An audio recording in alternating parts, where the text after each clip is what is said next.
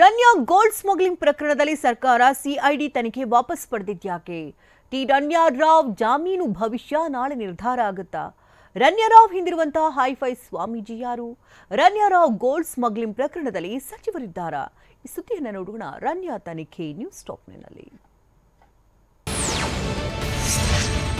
ನಟಿ Ranya Rao gold smuggling ಪ್ರಕರಣದ CID ತನಿಖೆ ಆದೇಶವನ್ನು ರಾಜ್ಯ ಸರ್ಕಾರ ಹಿಂಪಡೆದಿದೆ. ಗೌರವ್ ಗುಪ್ತಾ ಮುಖ್ಯಸ್ಥರನ್ನಾಗಿ ಪೊಲೀಸ್ ಸಿಬ್ಬಂದಿ ವಿರುದ್ಧದ ತನಿಖೆ ಆದೇಶ ಮಾಡಲಾಗಿತ್ತು. ಇದೀಗ ಅದನ್ನೇ ವಾಪಸ್ ಪಡೆಯಲಾಗಿದೆ. ಮುಂದುವರೆದು ನಟಿ ರನ್ಯಾಳ ಮಲತಂದೆ ರಾಮಚಂದ್ರ ರಾವ್ ವಿರುದ್ಧ ತನಿಖೆ ಮುಂದುವರಿಸಲಾಗಿದೆ. ನಟಿ ರನ್ಯಾ ರಾವ್ ಜಾಮೀನು ಭವಿಷ್ಯ ನಾಳೆ ಹೊರಬೀಳಲಿದೆ. ನಿನ್ನೆ ಸುದೀರ್ಘ ವಿಚಾರಣೆ ಆಲಿಸಿರುವ ಬೆಂಗಳೂರಿನ ಆರ್ಥಿಕ ಅಪರಾಧಗಳ ಕೋರ್ಟ್ ನಾಳೆಗೆ ತೀರ್ಪು ಕಾಯ್ದಿರಿಸಿದೆ. ರನ್ಯಾ ಪರ ವಾದ ಮಂಡಿಸಿದ ಕಿರಣ್ ಜವಳಿ ಎನ್ನುವವರ ಬಂಧನದ ವೇಳೆ ಅರೆಸ್ಟ್ ಮೆಮೊ ನೀಡಿಲ್ಲ ಅಂದ್ರು. ಇದಕ್ಕೆ ಪ್ರತಿವಾದ ಮಂಡಿಸಿರುವ ಡಿಆರ್ಐ ಪರ ವಕೀಲ ಮಧು ರಾವ್ ಅರೆಸ್ಟ್ ಮೆಮೊ ನೀಡಲಾಗಿದೆ, ಕಾರಣವನ್ನು ಕೊಟ್ಟಿದ್ದೇವೆ ಅಂತ ಹೇಳಿದ್ರು. ರನ್ಯಾ ಗೋಲ್ಡ್ ಸ್ಮಗ್ಲಿಂಗ್ ಕೇಸ್ನಲ್ಲಿ ದಿನಕ್ಕೊಂದು ಸ್ಫೋಟಕ ಸಂಗತಿ ಹೊರಬೀಳ್ತಾ ಇದೆ. ಈ ಸ್ಮಗ್ಲಿಂಗ್ ಸಿಂಡಿಕೇಟ್ಗೆ ಪ್ರಭಾವಿ ಸ್ವಾಮೀಜಿ ಕೃಪಾ ಕಟಾಕ್ಷ ಇರೋದು ಗೊತ್ತಾಗಿದೆ. ದುಬೈನಲ್ಲಿ ಆಫೀಸ್ ತೆರೆದು ಡೀಲಿಂಗ್ ಮಾಡ್ತಾ ಇದ್ದ ಸ್ವಾಮೀಜಿ ಕ್ರಿಪ್ಟೋ ಕರೆನ್ಸಿ, ಮನಿ ಎಕ್ಸ್ಚೇಂಜ್ ವ್ಯವಹಾರ ನಡೆಸ್ತಾ ಇದ್ದ ಅನ್ನೋದು ಗೊತ್ತಾಗಿದೆ. ಈ ಆಯಾಮದಲ್ಲೂ ತನಿಖೆ ನಡೀತಾ ಇದೆ. ನಟಿ ರನ್ಯಾ ರಾವ್ ತನ್ನ ದೇಹದ ಮೇಲೆಲ್ಲ ಗೋಲ್ಡ್ ಬಾರ್ ಅಂಟಿಸಿಕೊಂಡು ಚಿನ್ನ ಸಾಗಾಟ ಮಾಡ್ತಾ ಇದ್ದು. ಸೊಂಟದ ಸುತ್ತ, ಕಾಲಿನ ಮಂಡಿಯ ಕೆಳಗಡೆನೂ ಚಿನ್ನದ ಬಾರ್ಗಳನ್ನ ಟೇಪ್ನಿಂದ ಸುತ್ತಿಕೊಂಡಿದ್ಲು. ಹೊಟ್ಟೆ, ತೊಡೆಯ ಭಾಗ, ಶೂ ಒಳಗೂ ಚಿನ್ನ ಇಟ್ಕೊಂಡು ಬರೋಬ್ಬರಿ 12,56,00,000 ಮೌಲ್ಯದ 14 kg 213 ಗ್ರಾಂ ಗೋಲ್ಡ್ ಬಾರ್ ಮೈಮೇಲೆ ಪತ್ತೆಯಾಗಿದೆ.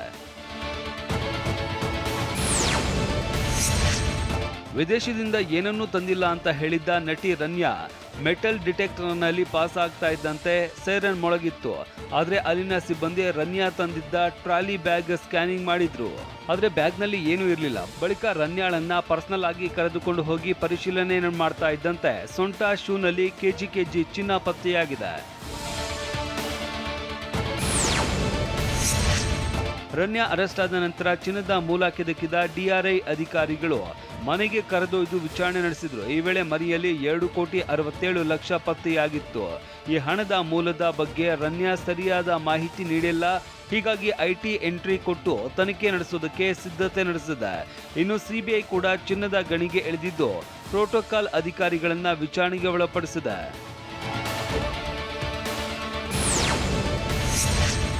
ರನ್ಯಾ ರಾವ್ ಕೇಸ್ನಲ್ಲಿ ಬಿಜೆಪಿಗರೇ ಇರಬಹುದು ಎಂಬ ಎಸ್ಟಿ ಸೋಮಶೇಖರ್ ಹೇಳಿಕೆಗೆ ವಿಜೇಂದ್ರ ಕಿಡಿಕಾರಿದ್ದಾರೆ. ಅವರು ಯಾಕೆ ಈ ರೀತಿ ಮಾತನಾಡ್ತಾ ಇದ್ದಾರೆ ಅನ್ನೋದು ಗೊತ್ತಿದೆ. ಸೋಮಶೇಖರ್ ಬಗ್ಗೆ ಹೈಕಮಾಂಡ್ಗೆ ಎಲ್ಲ ಹೇಳಿದ್ದೇವೆ, ಹೈಕಮಾಂಡ್ ನಿರ್ಧಾರಕ್ಕೆ ಕಾಯ್ತಾ ಇದ್ದೇನೆ ಅಂತ ಹೇಳಿದ್ದಾರೆ. ಆವಾಗಲೇ ನಾವು ಭಾರತೀಯ ಜನತಾ ಪಾರ್ಟಿ ನಾವು ರಾಜ್ಯ ಮಟ್ಟದಲ್ಲಿ ತೀರ್ಮಾನ ತೆಗೆದುಕೊಂಡು ಕೇಂದ್ರದ ವರಿಷ್ಠರಿಗೆ ಕಳಿಸ್ಕೊಟ್ಟಿದ್ದೇವೆ.